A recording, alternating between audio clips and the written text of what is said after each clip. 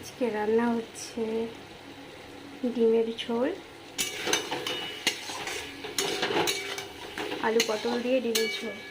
এই যে ডিম ভেজে রেখেছি এখানে।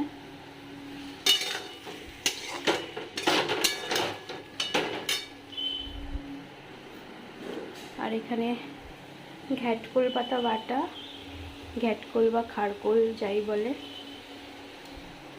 আর এখানে জল বসিয়ে দিয়েছি ভাতের জন্য। জলটা গরম হলে মানে ডিমেও দিয়ে দেবো, আর হচ্ছে তারপরে যেটুকু থাকবে ওর মধ্যে চাল ছেড়ে দেবো। এই হচ্ছে আজকের রান্না, আজকের শেষ রান্না, যেহেতু কালকে জামাই ষষ্ঠী, কাল থেকে ওই বাড়িতে মানে বাপের বাড়িতে খাওয়া, তো হচ্ছে আজকের মতো আমার শেষ রান্না।